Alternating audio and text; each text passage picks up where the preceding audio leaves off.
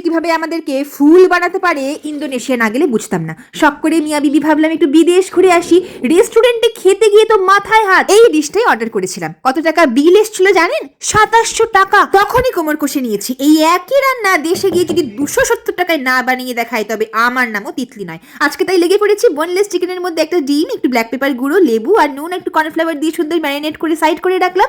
বানাচ্ছি ওখানের বিখ্যাত অপরাজিতা ফুলের চাল মানে ব্লু পি রাইস।